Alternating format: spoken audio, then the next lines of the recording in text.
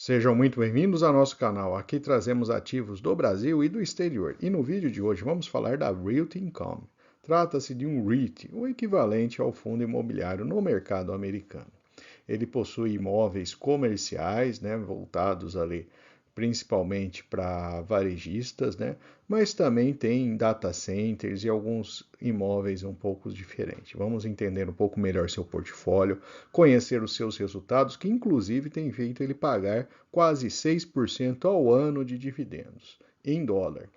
E se o vídeo ajudar em seus estudos, fique à vontade para curtir, compartilhar e se inscrever em nosso canal.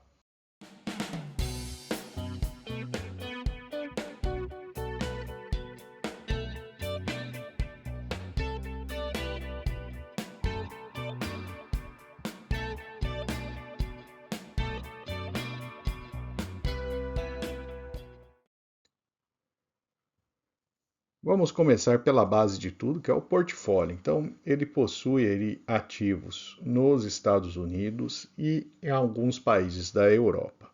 Ele é o sexto maior REIT global.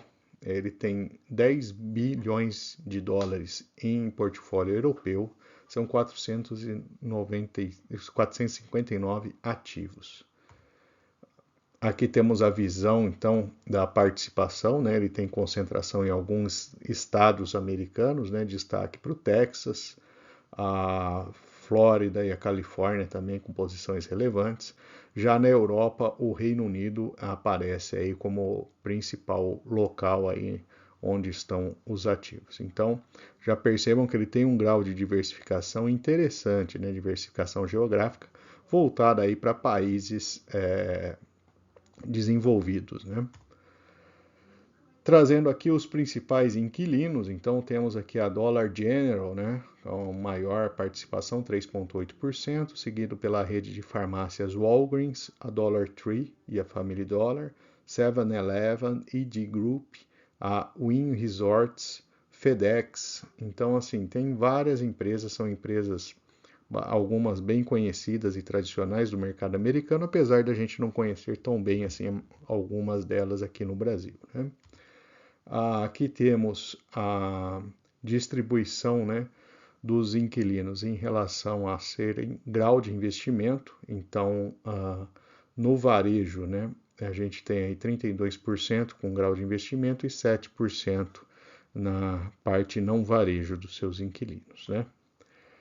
Temos aqui a distribuição, Então, lojas, mercearias, Lojas de conveniência, dollar stores, lojas para artigos, para reformas, melhoras de casa, e farmácias, são as principais categorias. Aqui temos a evolução da ocupação, ela 98,6%, é um nível de ocupação bastante alto dos imóveis, apesar de ter tido uma ligeira queda aí no último ano, mas não deixa de ser um patamar aí bem relevante. E aqui a gente tem aqui o detalhe, das unidades que venceram os contratos, e novas aquisições. Então, o fundo ele traz isso de maneira bastante detalhada, Então, ele tem aí ano a ano, uma lista ali dos seus contratos que estão vencendo. A gente observa ali que, vamos considerar aí até 2026, praticamente aí 12% do seu portfólio passa aí pelo processo de renovação. E aqui estão alguns exemplos, de lojas, para se ter uma ideia de que tipo de imóveis que a gente está falando aqui nesse portfólio. Já vimos um pouco da diversificação geográfica, mas aqui tem um pouco mais detalhado. Então, 84,5% dos imóveis estão nos Estados Unidos, 12,6% no Reino Unido, 1,4% na Espanha e 0,7% na Itália. Então, são esses quatro principais países. Inclusive, a empresa ela tem um objetivo ali de aumentar o seu portfólio europeu. As participações aqui, a gente tem o varejo, com uma participação bastante relevante, 81%, 12% na área industrial, jogos, 3,9% e outros, 1,6%. A empresa está passando por um momento de expansão, né? A gente consegue observar ali o aumento significativo da sua receita, né? Praticamente dobrando em 3 anos. E aqui temos também essa evolução nos resultados trimestrais. O lucro líquido, né? Ele tem uma queda relativa em 2024, no primeiro trimestre. Então, nada que afete, né, o fluxo de caixa operacional, mas o lucro apresentou uma ligeira queda ali. Um dado bastante interessante desse papel, né, é a evolução do pagamento de dividendos. Então, temos aqui a evolução do fluxo das operações e do pagamento de dividendos anuais. Então, a gente tem um crescimento, inclusive, ele é um dividend aristocrat, então ele tem aí uma constância no pagamento, né, e dividendos crescentes. Essa é uma característica bastante interessante dele. Aqui temos o gráfico do papel, né? Então a gente tem ali momentos em que ele belisca ali a região dos $50, né? Então aconteceu lá em 2020, aconteceu em 2018 e agora está acontecendo de novo em 2022, 2023. Então ele aparentemente, né? Ele está indo aí numa tendência lateral aí ao longo dos últimos anos, aí, pelo menos 10 anos nessa situação. Aqui temos a evolução da dívida, né? Então ele tenha feito grandes investimentos, né? A gente percebeu aí no crescimento das suas receitas e por conta disso tem se endividado, né? Então ele está apresentando um crescimento significativo no número de ativos, consequentemente a sua dívida também tem aumentado. Vamos ver mais em detalhes ali no gráfico de fluxo de caixa. Nesse gráfico a gente vê claramente o efeito, então, né, em amarelo as atividades de investimento, né, crescendo bastante em 21, 22, 23 e entrando, né, cada vez mais dinheiro ali de atividades de financiamento. A gente percebe ali que as atividades de financiamento são praticamente o dobro do que ele tem recebido ali de atividades operacionais. Então, ele está se alavancando cada vez mais, é um ponto de atenção ali para quem investe nessa empresa. A relação preço-lucro, a gente observa ali um patamar bem elevado entre 2020 e 2021, né? O lucro ele caiu, essa relação foi lá para cima, mas ele tem mantido esse patamar. E aqui a gente tem uma tabela comparando a Realty Income com outras empresas ali focadas ali em imóveis urbanos, né? American Tower, a Public Storage, a Gaming and Leisure, a East Group e a Brixmor. A gente observa que o dividend yield do Realty Income é bastante elevado, só perde para Gaming Leisure. A relação preço-lucro dele está bem, o lucro, né, proporcionalmente bem baixo, né? E por conta disso, né, a relação preço-lucro vai lá para cima, então é o pior do conjunto aqui. Em compensação, seu patrimônio líquido, né, ele é um patrimônio crescente, ele cresceu muito nos últimos anos, essa relação preço-valor patrimonial caiu, né, a mais baixa do grupo. Ele teve um crescimento de 25% ao ano nas receitas e 19% ao ano nos lucros, que são números bons, aí, melhores do que os outros, né? Uma margem líquida de 18%, está num patamar um pouco baixo, assim como o ROI também está num patamar baixo, né? Então, os dois aí que dependem do lucro líquido, eles apresentam aí uma faixa mais baixa do que as outras empresas. É um valor de mercado de 46 bilhões de dólares, então é um porte bastante significativo, né? Temos aí algumas empresas maiores, como a American Tower e a Public Storage, mas não deixa de ser um valor muito relevante. Nesse gráfico a gente vê então a evolução do pagamento, né, nos últimos anos. É um ponto interessante que não é todo REIT que acontece isso, né? Ele paga mensalmente, muito mais parecido com o fundo imobiliário aqui no Brasil, né? Grande parte dos fundos. Mas lá nos Estados Unidos é comum a gente ter pagamentos trimestrais, mesmo para REITs. Então, esse é um dado interessante, todo mês ali ele vai depositar um valor na sua conta quando você investir.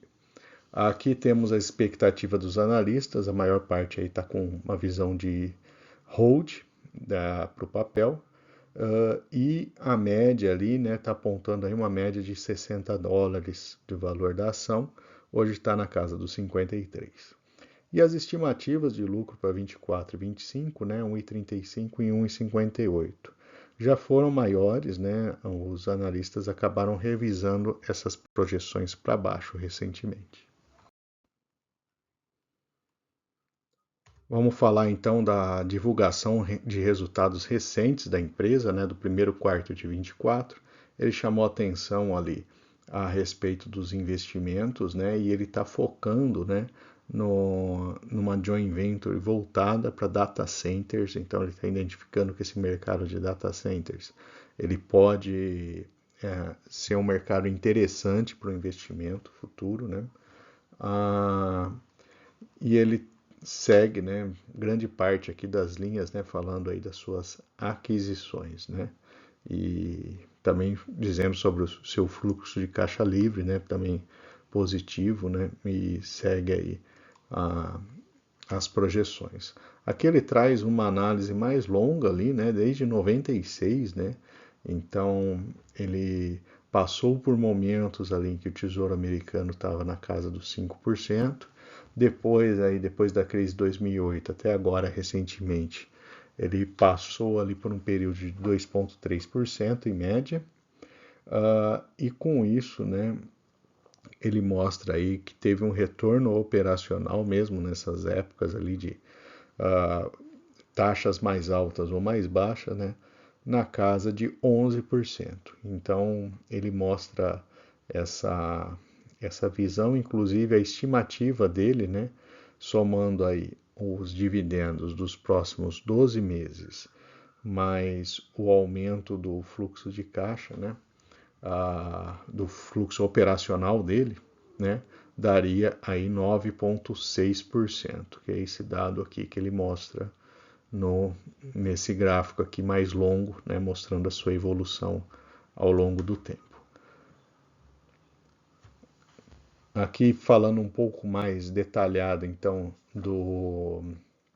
da oportunidade de investimento, uma joint venture com a Digital Realty, e identificando justamente aí essa possibilidade, de aumento aí do número de data centers, com alta demanda, e baixa vacância, colocando aí uma expectativa de crescimento bastante relevante. Então, é interessante, o estado da Virgínia do Norte, nos Estados Unidos, é um mercado aí que identificado como um mercado potencial bastante interessante nesse ramo.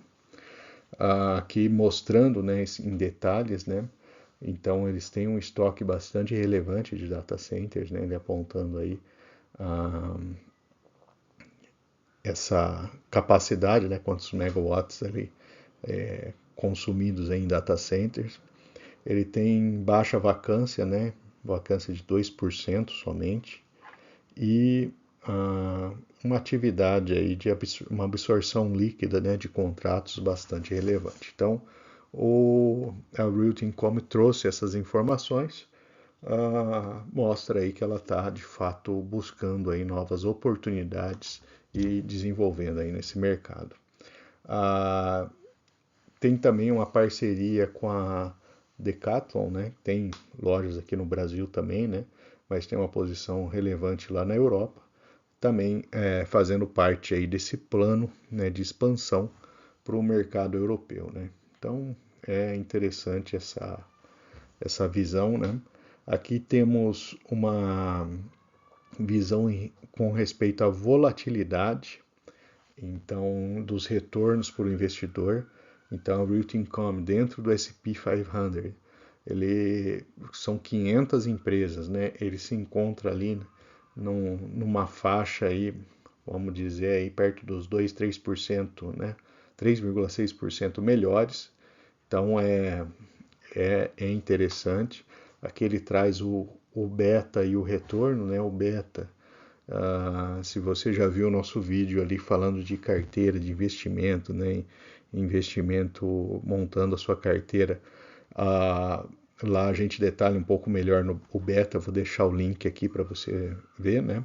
Um beta de 0,5 significa que ele varia muito menos com o índice do mercado, né? Então ele tem uma certa estabilidade. E aqui mostrando também no outro gráfico, né? Com foco somente em REITs, a gente observa que ele está na faixa de menor beta aqui e maior crescimento desde 1994. Então, para a gente que está acostumado a ver várias empresas do Brasil, né? Esses dados ali mostram assim, um nível de estabilidade bastante grande, né? Aqui temos a dívida, né? A dívida da empresa é relevante, é um ponto de atenção. E aqui ele mostra, né, todos os vencimentos. Para 24 e 25 tem um patamar mais baixo de vencimento, mas aí 26, 27 e 28 começa a ter aí uma demanda maior de pagamentos, né? Aqui então tem o detalhe dessa dívida, então a taxa média, né, de 3,89%, né? E a maturidade dela de 5,9 anos. Então, dentro de toda essa composição aqui, né, esse é o principal número e é o que consome aí parte do lucro da empresa, né? Aqui a gente tem também os dados de dividendo e ele tem tido um payout aí na casa de 75, 76%. Então, também é um dado interessante a se considerar aqui em relação ao fluxo das operações ajustado, né? E aqui a gente tem uma expectativa para 2024 de 1,23 a 1,35 de lucro líquido por ação, e o fluxo das operações, né, o Funds from Operations, 4,13 a 4,21. Né? Então, a taxa de ocupação mantendo em 98%.